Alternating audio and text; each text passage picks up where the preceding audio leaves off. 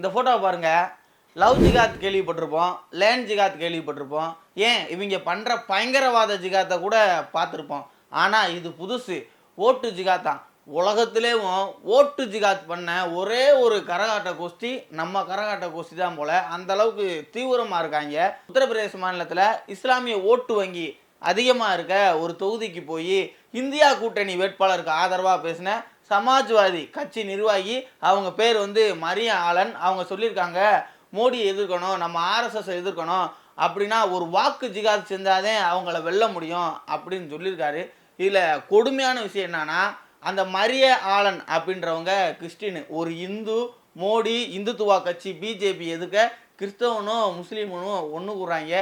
ஆனால் இவங்கெல்லாம் சேர்ந்து மோடியோட முடியை கூட பிடுங்க முடியாது அப்படின்றது நம்ம எல்லாத்துக்கும் நல்லாவே தெரியும். இருந்தாலும் ஜெயிக்கிறவனுக்கு வரலாறு இருக்குது, தோக்குறவனுக்கு வரலாறு இருக்குது.